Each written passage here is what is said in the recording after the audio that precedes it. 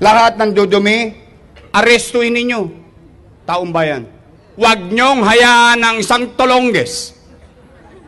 Babuyin ang mga bagay na pag-aari natin.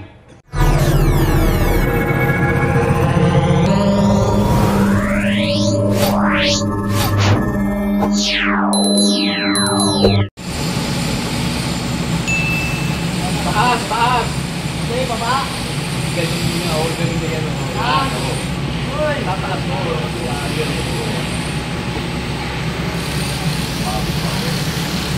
Taas! Sumabit!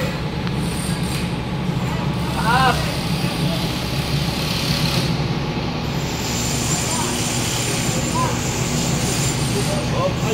Ayan na!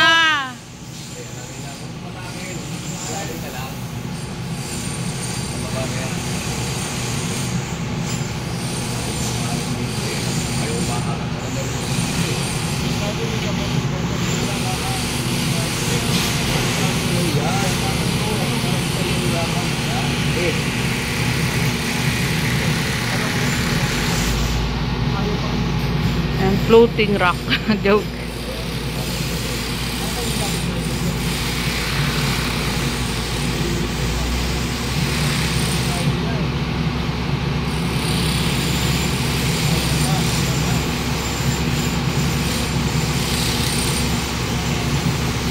Ito nga pare, tanggalin mo pare. Hindi, mataas pa yan. Mataas pa. Hindi galit. Hindi galit. Ito sa dugo. Sabi ko pare, ito nga pare. Ito nga dito ha. Pare na yan dyan pare. Ayan na. Bagsak na. Oops. Ay, ano yun?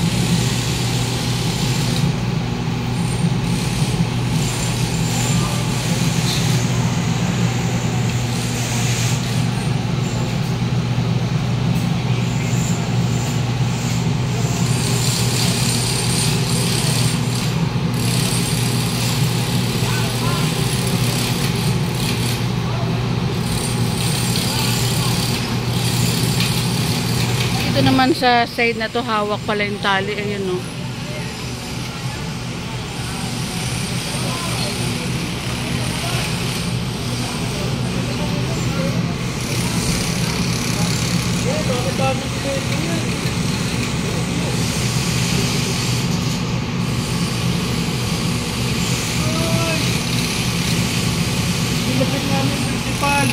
Ano po, sir? Ayan, nagreklamo daw yung principal, kaya ayan, natuloy. Siyempre, isipin din yung kapakanan ng mga bata nga rin po dito.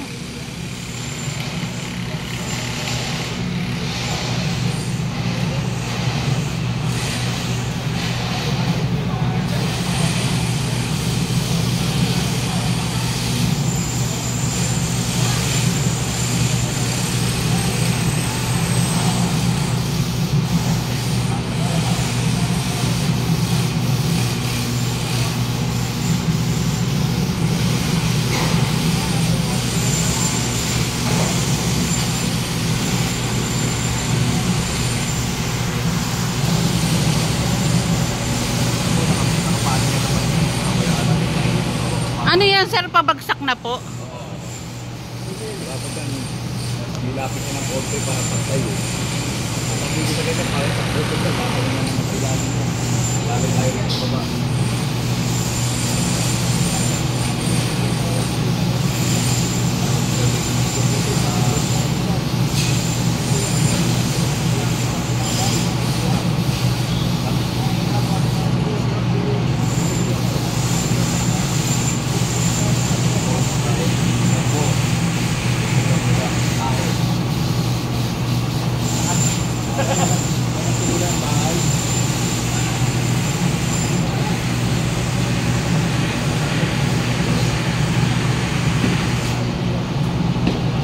Hello mga kabungiskis, welcome back again to another vlog. Ito po si Busilak's Diary. Hatid ang mukha ng balita. Barangay 313 tayo mga kabungiskis. At ito na nga rin po ang pagtatapos dahil tuluyan na pong ibabagsak po itong barangay na tinayo sa bangketa po na nasa harapan po ng eskwelahan ng mga bata. And ayan mga kabungiskis, may madadaanan na sa wakas yung mga bata tsaka yung ventilation ng mga estudyante. And balita ko nga rin po may mga estudyante may estudyante nga po ditong kinapos ng hininga dahil sa kawalan ng ventilation.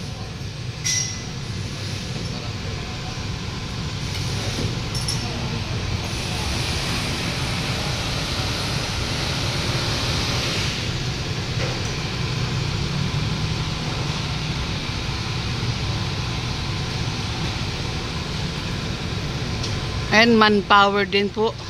At saludo din po sa ating mga demolition team na talaga nga naman po na kahit na hirap na ipatumba itong barangay na sobrang ano ba tawag dito? Tibay.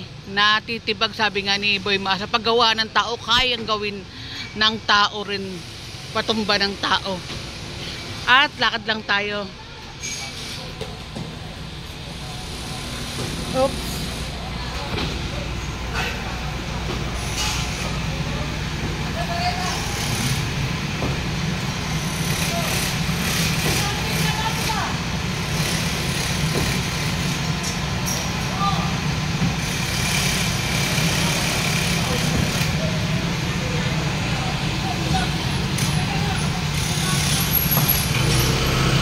Ito, ang kulit, sarado na. Dumaan pa itong na to, nakamotor oh. Imagine mo, nakasarado na itong mga daan, pero talaga nga naman, pag may nakitang dadaanan talaga.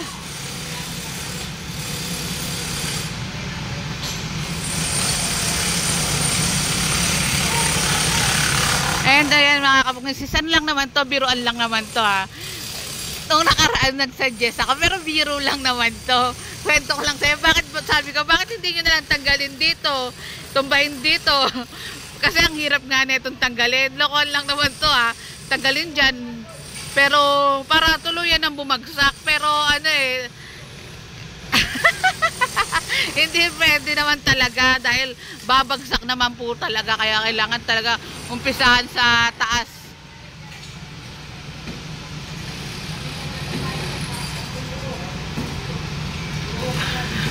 At dagdag ko lang rin po, etong barangay 313 na po ito, sabi daw di umano, hindi naman po talaga dito dapat inilagay. Dahil etong lugar na to sa T. Alonso, hindi naman po ito sakop ng barangay 313. Kaya isa rin yan sa mga nalaman din natin.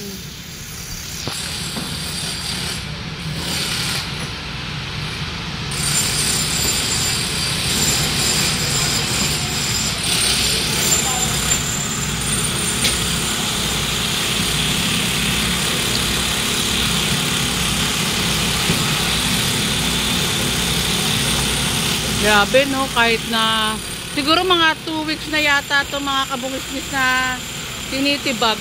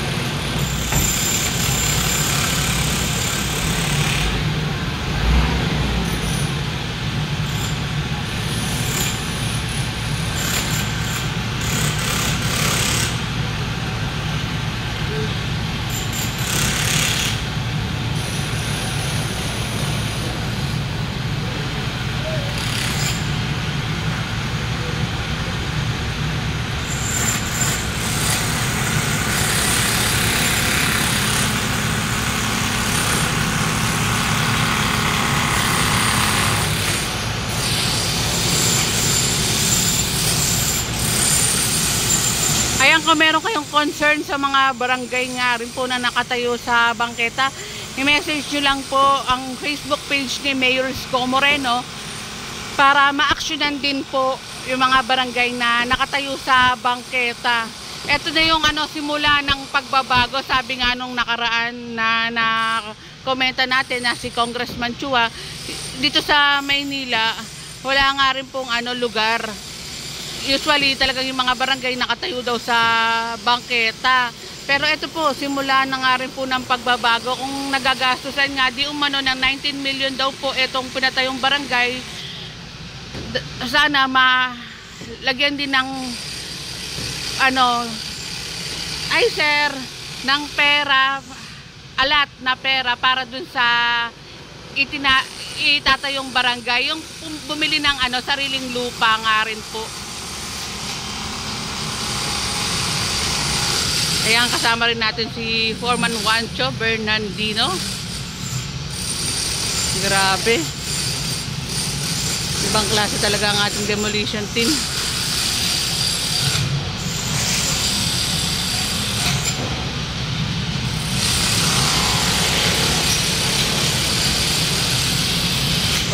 Ay, shucks.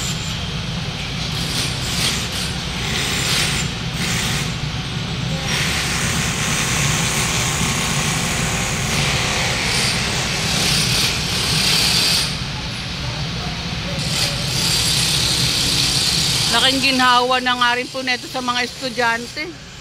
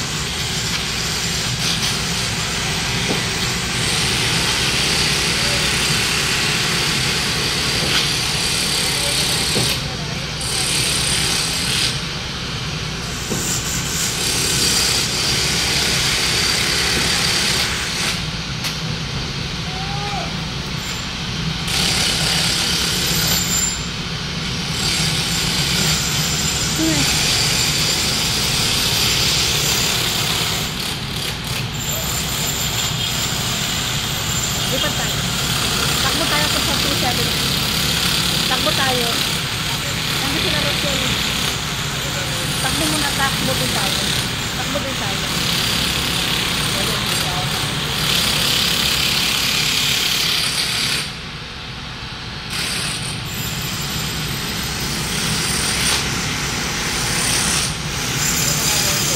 Bibig, bagsak na din yun. Pinapabagsak na rin.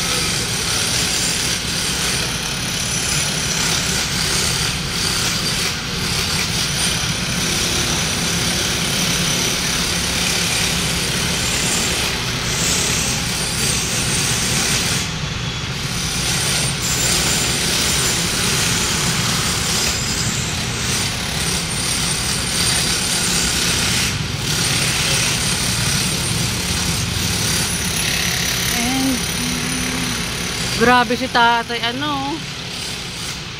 Lakas talaga ng demolition team. Nakakalula din to.